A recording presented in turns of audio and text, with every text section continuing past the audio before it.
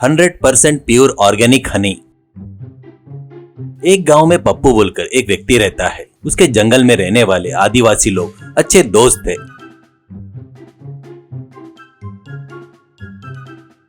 उसे वो जंगल में जाकर उनके द्वारा बड़े बड़े पेड़ पर चढ़कर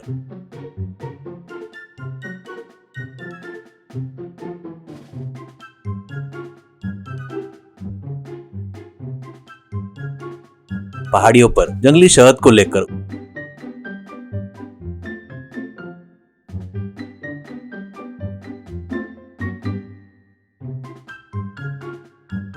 उसको लाकर रोड पर बेचते रहता है। ऐसे ही रहते हुए उसका व्यापार अच्छा ही चल रहा था। अच्छा क्वालिटी रहने से लोग भी बहुत सारे आ रहे थे।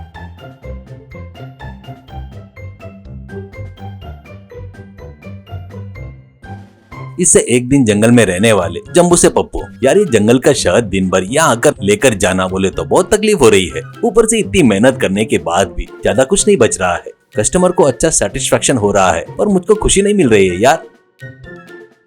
तो जुम्बे कुलू कुलू कुलू कुलू कुलू, क्या दोस्तों इसके लिए इतनी मेहनत कर रहा है। इन मधुमक्खियों की एक रानी रहती है, उसको अगर किडनैप कर लिए ना बाकी के मधुमक्खी अपने आप आ जाएंगे। तू चिंता मत कर, मैं पूरा जंगल ढूंढ कर तेरे लिए 4-5 रानी मधुमक्खियों को लेकर आ जाऊंगा। तब तू बढ़िया घर पर ही कहाँ भी रखा दो, तेरे पास शहद भर कर देंगे, तब तू बढ़िया बेच सकता है। ऐसा कहता है। पप्पू बहुत खुश होता है और उसको धन्यवाद भी बोलता है।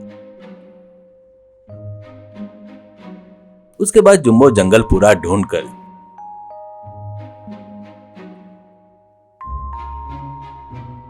4 रानी मधुमक्खियां को लेकर आकर पप्पू के घर में सेटअप करके उसको छोड़ता है।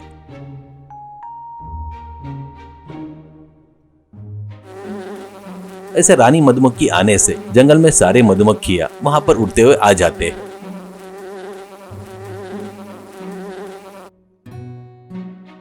उसके बाद वो मधुमक्खियां आजू बाजू के फूलों से रस लाना शुरू करते हैं।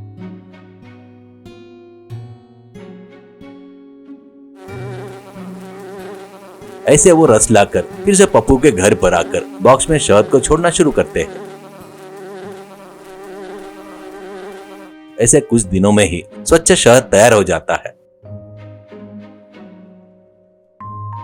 उसको सभी लोग घर पर आकर ही खरीद कर जा रहे थे। इससे पप्पू को भी बहुत पैसा बचना शुरू हो गया।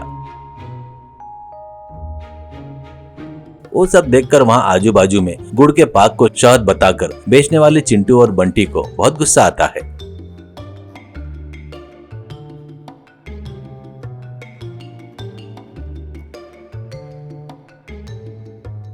अब एक दिन चिंटू से बंटी, क्या यार अपन गुड़ के पाक को शहद बताकर घर घर घूमते हुए किसके घर में ज्यादा गहने करके पता करते थे, पर अपने को ये चांस नहीं रहा क्योंकि वो बेवकूफ फार्म घर में ही लगाकर ये सब कर रहा है। अपन इसको ऐसे नहीं छोड़ेंगे, ऊपर से ये जमकर कमा रहा है। इसी बीच मैंने उसकी पत्नी को मार्केट में देखा था, फुल गहने वगैरह बढ़िया पहन कर थी, उसको भी देखना होगा करके कहता है। तो चिंटू, क्या रे, हर चीज का समय आता है, वो भगवान सबका टाइम लिख कर रखता है, जब भी उस पप्पू का टाइम आएगा तब उसको अपन देख लेंगे, ऐसा कहता है। उसके बाद चिंटू और बंटी दोनों मिलकर पप्पू के फार्म पर जाते हैं। पप्पू वहां पर शहद लोगों को बेच रहा था। ये दोनों उस शहद का टेस्ट देखते हैं। उसके बाद पप्पू से चिंटू, हाँ ये शहद है क्या? वही हम लाए सो शहद, क्या मामूली नहीं रहता भाई, मीठा रहता है, पता है क्या तेरे को, ऐसा कहता है।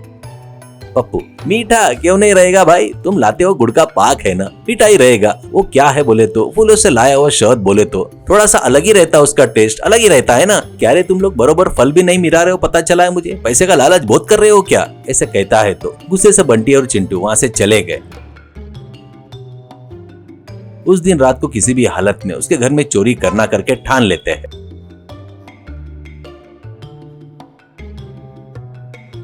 ऐसे ही रहते उस दिन बादल घिरकर आए करके बारिश हुई तो शहद पूरा खराब होगा करके ऐसा डाउट आकर पप्पू अपने पास के शहद के संबंधित पूरा सामान अपने एक और रूम में बदल देता है। उतना ही नहीं, उनको अलमारी में छुपा कर रखता है।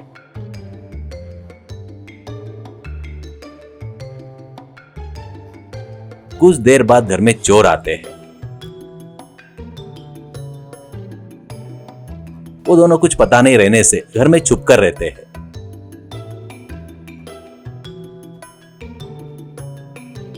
अब पप्पू से उसकी पत्नी, अरे सुनो, अपन भी उसी रूम में सोएंगे ना। अलमारी ने आपने खरीद कर दिए सो गहने सभी है, असल में वो बहुत कीमती है जी, प्लीज। ऐसा कहती है तो पप्पू, अरे अपने घर में चोरी करने कौन आएगा, और वैसे भी तूने गहने खरीदे करके किसको पता है, ऐसा कहता है।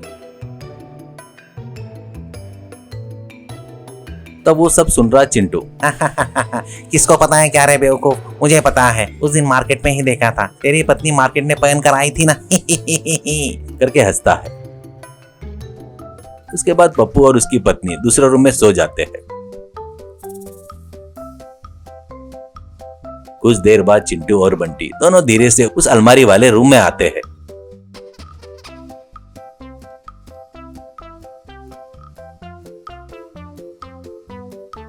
अब एकदम उस अलमारी को ओपन करते ही उसमें मधुमक्खियों के संबंधित सामान पूरे दिखते हैं। उनके बीच में गहने थे। उनको देखकर चिंटू से बंटी, अरे ये क्या रे, इतना वायलेंट है ये, गहने की चौकीदारी करने के लिए मधुमक्खियों को रखा। अरे बाप रे, ये अगर सांप पकड़ने वाला रहता तो सांप को भी रख देता था शायद। अरे फिर भी अपन झुकेंगे नहीं यार, चोरी नहीं किया तो अपमान होगा, किसी भी परिस्थिति में उसको छीन कर लेना होगा, ऐसा कहता है चिंटू। अरे छीनना नहीं तो क्या रे, मैं अभी छीनता हूँ देख, कहकर फटाक से पूरे मधुमक्खियों को हिलाकर गहने खींचता है और एक ही दम फटाक से सारे मधुमक्खियां पूरे बाहर आकर उन दोनों को घेर लेते हैं। उसके बाद उन दोनों को पागलों जैसा काटना शुरू करते हैं। वैसा काटने से दोनों पागलों जैसे चिल्लाते हुए इधर उधर भाग रहे थे। उन दोनों के चिल्लाने से एक बार बाहर आकर पप्पू उनकी परिस्थिति देखकर फटाफट उस रूम का दरवाजा बंद कर देता है।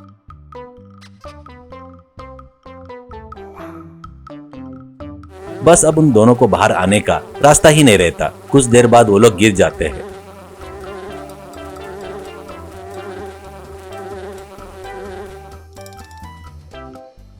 ऐसे ही रहते हुए सुबह के समय आराम से पप्पू वो दरवाजा खोलता है। अब सुबह ही उनका पूरा चेहरा लाल होकर चिंटू और बंटी दोनों रेंगते हुए बाहर आते हैं।